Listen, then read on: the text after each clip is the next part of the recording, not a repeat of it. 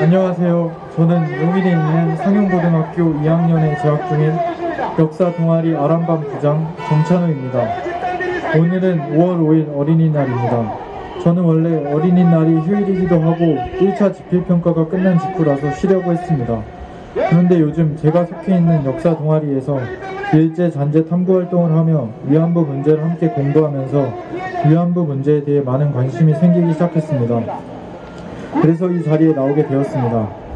휴식은 언제나 즐길 수 있지만 어린이날에 위안부 할머니들이 어린 시절 겪었던 아픔을 같이 나누고 위로하면서 더 나은 미래를 위해 함께 나아가는 것이 더 의미 있다고 생각했기 때문입니다.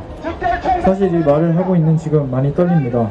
하지만 저 같은 평범한 사람들의 관심이 조금씩 모여서 일본군 위안부 문제가 해결되고 사회가 바뀔 수 있다고 생각합니다. 1945년 우리나라는 일본의 식민 지배에서 벗어났습니다. 하지만 많은 시간이 흐른 2021년에도 식민지 잔재는 여전히 남아있고 일본군 위안부 문제 또한 아직 해결되지 않았습니다. 일본 정부는 엄연한 전쟁 범죄 사실을 인정하지 않고 있고 할머니들께 사과 한마디조차 하지 않았습니다. 오랫동안 많은 사람들이 그렇게 열심히 노력해왔는데 아직도 해결되지 못한 일본군 위안부 문제는 일제 식민지 잔재 중의 잔재라고 할 수 있습니다. 주권 국가로서 정말 자존심 상하는 일이 아닐 수 없습니다. 과거에 대한 치열한 반성과 성찰, 청산활동 없이 건강한 미래를 맞을 수는 없습니다. 무엇보다 청산되지 않은 과거는 미래에 반복될 수 있다는 것을 우리는 많은 역사적 사례를 통해 접해왔습니다. 그렇기에 일본군 위안부 문제는 과거의 역사가 아닌 아직도 현재 진행형인 우리의 역사입니다. 우리가 지켜야만 하는, 남들이 지켜주지 않는 우리의 역사입니다. 이렇게 발언하고 있는 저의 떨림이 울림이 되어 더 많은 사람들의 관심과 지지로 할머니들이 살아계실 때 더 늦기 전에 일본군 위안부 문제가 해결됐으면 좋겠습니다. 감사합니다.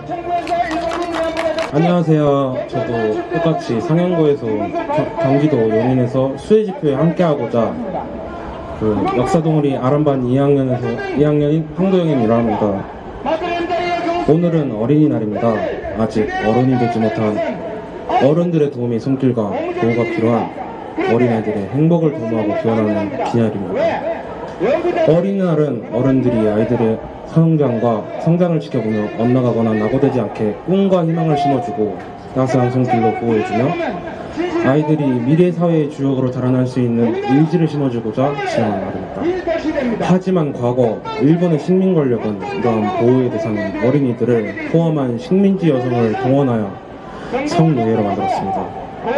폭격과 교전이 벌어진 위험한 세전방 지역까지 여성의 성을 동원하여 파렴치한 전쟁 범죄를 저질렀습니다. 그러나 일본은 아직까지 역사를 부정하며 사죄를 하고 있지 않습니다. 역사 동아리 친구들과 이번 주 수요 집회에 참석하기 위해 정의연 홈페이지에 들어가 보았습니다. 또 한 분의 할머니가 돌아가셨다는 보고를 보았습니다. 하얀 국화꽃을 보며 마음이 아팠습니다. 올해 초 일본군 위안부 피해자 할머니 중 생존하신 분은 이제 14분 정도에 불과하다고 합니다.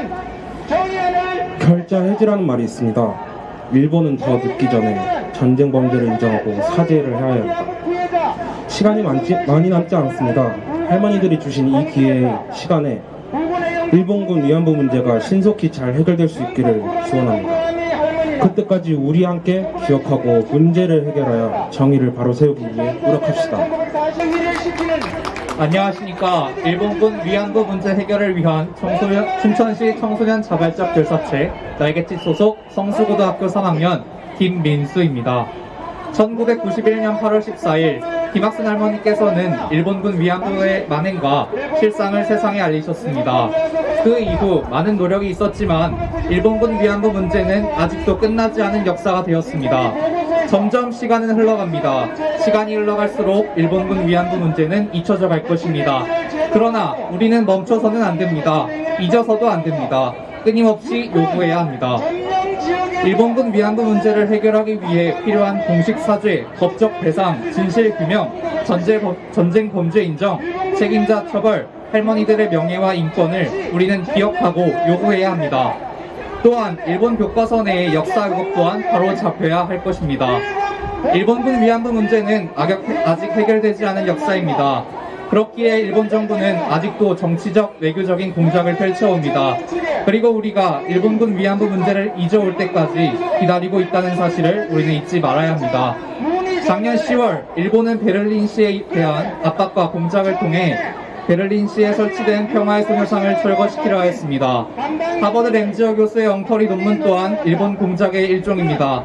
이러한 일본의 공작은 우리나라에서도 이루어지고 있습니다. 연구비를 지원해주고 그 돈을 받은 교수들은 일본의 입맛에 맞는 논문을 작성합니다. 국내 일간지 조선일보는 일본어 기사에서 한일협정으로 마무리된 것을 또 돈 타령이냐, 한국 정부한테 받았으니 한국 정부에게 달라고 해야 옳지, 그러니까 조센징 소리가 나오는 것이다 라며 망언과 친일 행위를 이어가고 있습니다. 일본 재단에서 돈을 받아 논문을 작성하는 연세대 류석춘 교수와 이영훈 서울대 교수 등 소위 신친일파라고 불리는 사람들이 일본의 공작에 의해 계속해서 활동하고 있습니다. 이러한 혼란과 왜곡의 시대 속에서 우리 청소년들은 다른 역사 인식과 관심을 통해 우리의 역사를 잊지 말아야 합니다. 오늘은 어린이날입니다. 이 자리에 계신 청소년 여러분, 우리는 알아야 합니다. 일본이 어떠한 공작을 벌이고 있는지, 우리나라 친일단체들의 만행이 어떠한지, 어떻게 역사를 왜곡하는지 알아야 합니다. 근현대사를 돌아보면 탑골공원에서 3.1운동을 시작한 사람들은 학생들이었습니다.